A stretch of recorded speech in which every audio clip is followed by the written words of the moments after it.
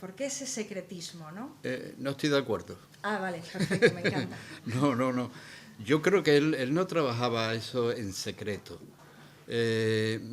Lo que ocurrió es que no lo quiso mostrar hasta que no estaba terminado. Porque él, vamos, a mí y a más amigos de él y pintores y tal, comentaba lo que estaba haciendo y que estaba haciendo algo que para él era muy importante, que estaba estudiando mucho el tema y sobre todo él estaba leyendo mucho y muy volcado también en el mundo de Oriente, de la India, de todo esto, ¿no? Eso para él era, pero no era secreto, o sea, yo creo que a él le ocurría como si un pintor está pintando un cuadro y que le gusta mucho cómo va y tal, pero que no lo enseña hasta que está terminado, ¿no? Y más o menos esta es lo que yo creo que ocurrió, porque cuando lo terminó, hizo la primera exposición, que fue en su taller, en su casa. Y allí lo vimos todo, ¿no? Pero claro, él no dejó ver nada antes de lo que estaba haciendo, ¿no? Pero porque él, aunque son muchas piezas, todo es una unidad.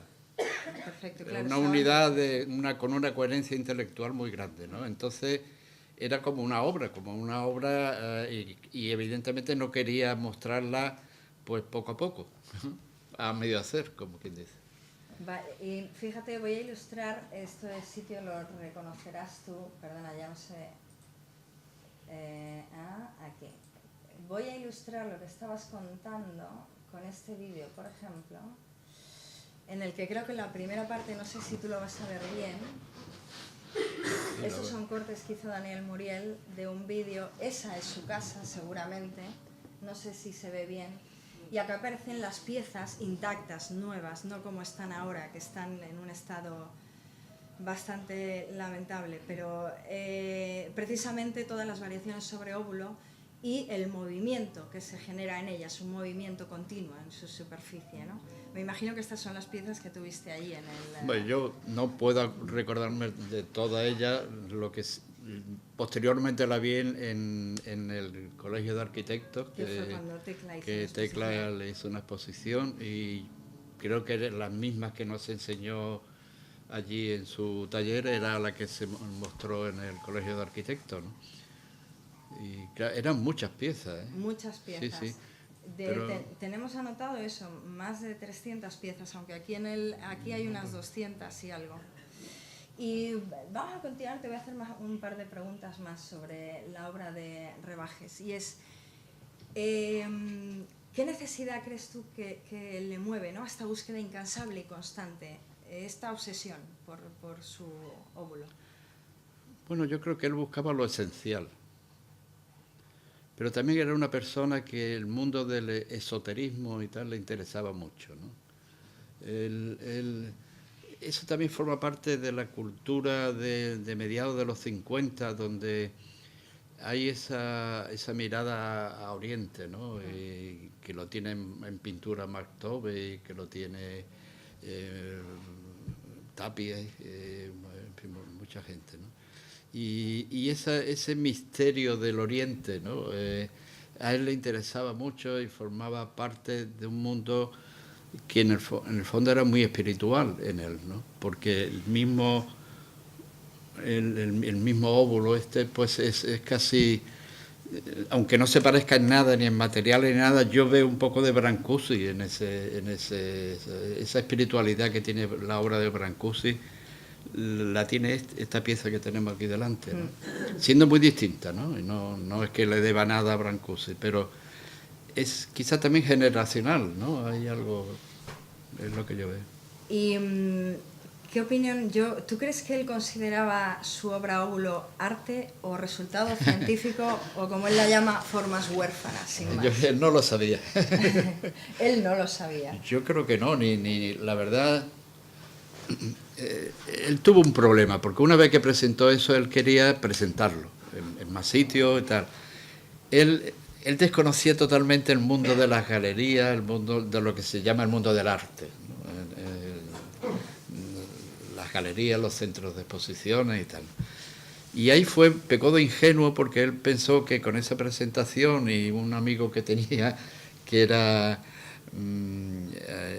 un catedrático de Valladolid o de no sé, en aquel momento tenía una gran amistad con él, pues luego pasó el tiempo y no había repercusión. En una galería de arte, en aquella época todavía no se hacía instalaciones ni nada, ¿no? O sea, su obra podía ser hoy en día una instalación perfectamente, ¿no? Porque es que lo era, ¿no? Pero no encajaba, o sea, una galería tampoco le interesa, una galería comercial, aunque sea bueno, no le interesa exponer a un señor que o vende todo aquello o no, o él todo formaba una parte de una unidad, no se podía vender, o sea, no tenía comercialización prácticamente ninguna, ¿no?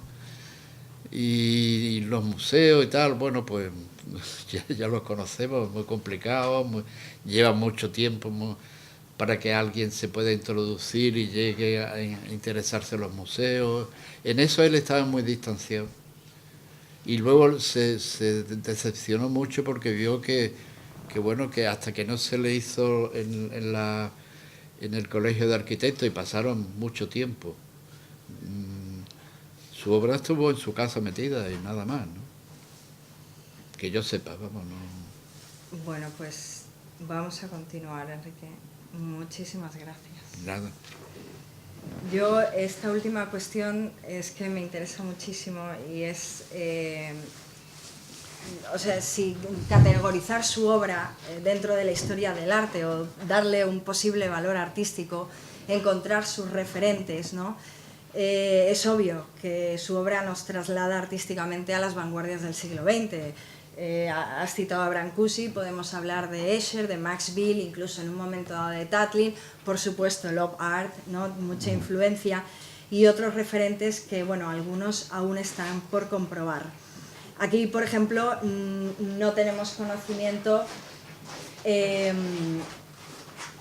por ejemplo, en concreto del neoconcretismo brasileño, de Lilia Clark. En esa época, a finales de los 50, 60, o sea, anterior a lo que está haciendo Rebajes, pues formalmente hay mucho parecido. Además, ella trabaja mucho con la cinta de Moebius, y en su serie de Bichos y trepantes invita al público a tocar las piezas, y como Tecla me contó alguna vez, él invitaba siempre a que se tocaran las piezas. Conceptualmente es distinto el trabajo de uno y otro, pero bueno, ahí puede haber una relación, una influencia, solo que esto no lo tenemos comprobado. Lo mismo, tampoco sabemos si es fortuito que Rebajes coincidiera en gran medida con la semántica conceptual del uruguayo Joaquín Torres García, pero como tú bien has dicho, hay todo un movimiento hacia el ocultismo, también hacia Oriente, esa mirada, ¿no?, que se refleja en los 50 y en los 60, que quién sabe. Y por supuesto la influencia directa, sin duda alguna, son los trabajos de los hermanos Naum Gabó y Anthony Pevsner, ¿no? No solo por las formas, también hay un trasfondo conceptual que Rebajes asimila y reconvierte. Rebajes no se queda en la pieza de Gabó, va mucho más allá, pero bueno, claro, todo esto habría que investigarlo y trabajarlo. Mi pregunta es, ¿qué le llevó hasta Gabó, ¿no? ¿En qué momento descubre su obra y le impacta tantísimo como para que sea, yo creo, no lo sé, es mi interpretación, una de las fuentes fundamentales? Porque vamos, estas variaciones de tema esférico, obviamente el óvulo tiene una lectura formal muy parecida, ¿no?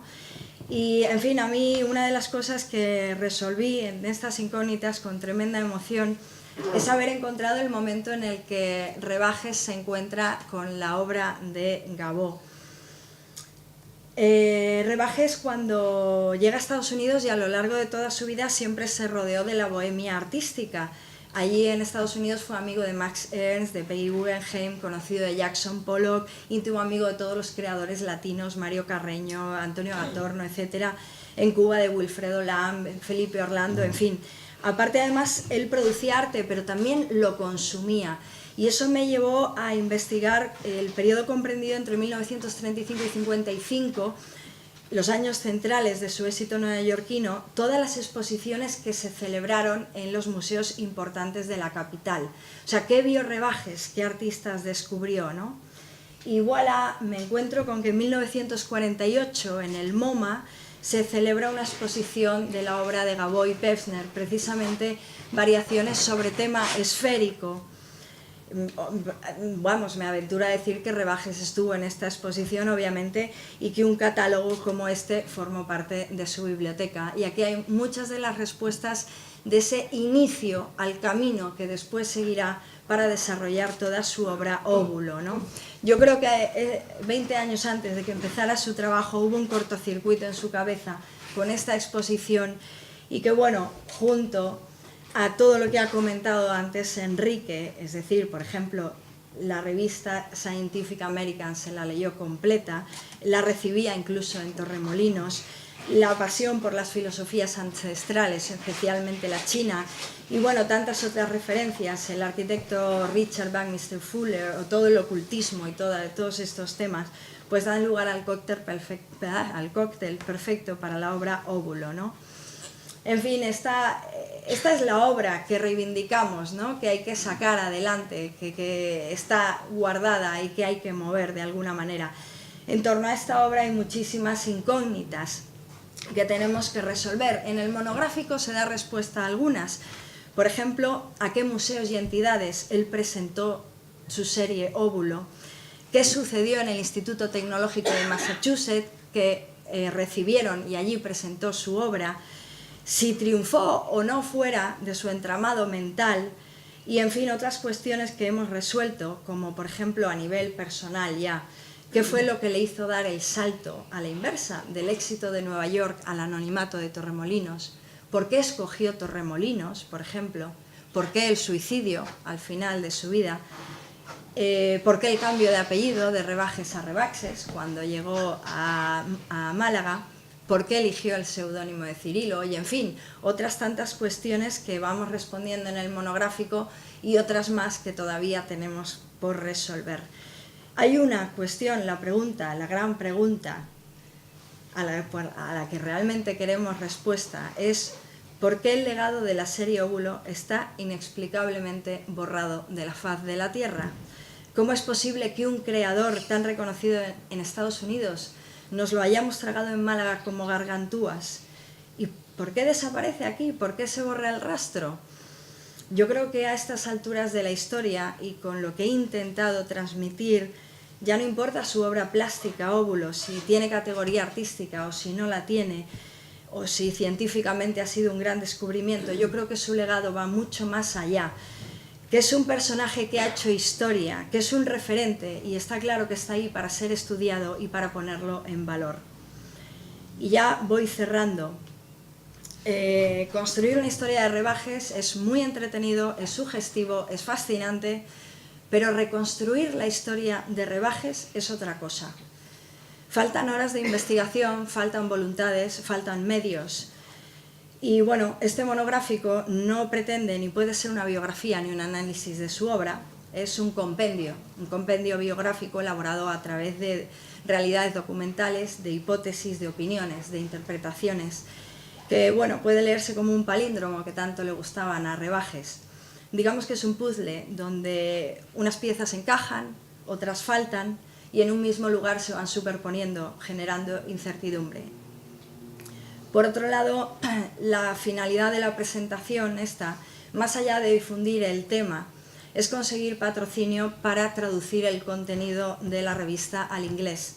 Ya tenemos el presupuesto, es la empresa Novalo Linguistic la que lo va a llevar a cabo. Y bueno, una vez traducida, intentaremos sacar algunos números en papel, para lo que también necesitamos patrocinio. Después será presentada en Nueva York, donde tenemos el contacto de Perry Shaw, de su sobrina nieta. Y como conclusión, yo a título personal les cuento que para mí Rebajes no es solo un artista al que estudiar o un concepto creativo que investigar. Para mí Rebajes es una filosofía de vida, es una forma de mirar y comprender el universo. Rebajes ha puesto en mi camino interesantes experiencias intelectuales y vivenciales. Y a personas como Enrique, que tengo aquí a mi lado, con las que he compartido inquietudes y buenos momentos. Algunos totalmente rebajianos. Y este término de verdad debería incluirse en el diccionario igual que borgiano. y sobre cuya definición van a poder reflexionar después de leer el monográfico. Yo cuando comencé la investigación sobre Rebajes y fue creciendo mi empeño en devolver la memoria y el reconocimiento que se merece, alguien me llamó ilusa. Bueno, es posible que esa ilusa más se acerque al concepto de ilusión, ¿no? De esa esperanza con alegría, en la que uno pretende algo y que junto a otras personas también ilusas o ilusionadas, pues nos lleva a, digamos, a continuar, a seguir en esta empresa quijotesca que estoy convencida que va a llegar a buen puerto. Nosotros vamos a continuar buceando por el infinito océano de Rebajes y desde la orilla les invitamos a sumergirse en él y navegarlo. Yo con esto concluyo la presentación. Discúlpenme porque tengo la boca con el catarro, que es que no he podido hablar bien, pero les doy un último bombón exquisito de despedida que hoy habíamos conseguido y va a ser precisamente Frank quien se despida. Si tenemos suerte y se ve. Esto no lo habías visto, ¿no? No, desde entonces. Es que claro, la luz lo que hace La luz, mata mucho. ¿no se puede apagar la luz? Ay, perfecto. Ahora se ve. Está en bruto, no lo hemos trabajado. Esto fue una cinta que nos facilitó Enrique, entre otros documentos. Este fue el final de su vida, cuando se iba a Estados Unidos, a Massachusetts.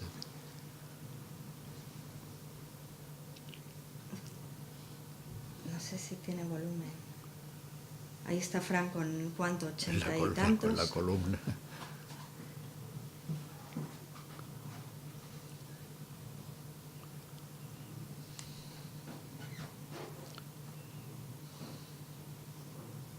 Bueno, ahí le dicen, saluda a la cámara, a los amigos. Bien, ahí está ese adiós estupendo de Fran, antes de irse a Massachusetts a presentar su obra, que les digo que triunfó en el Instituto Tecnológico de Massachusetts. Y con esto hemos terminado la presentación. Muchísimas gracias a todos.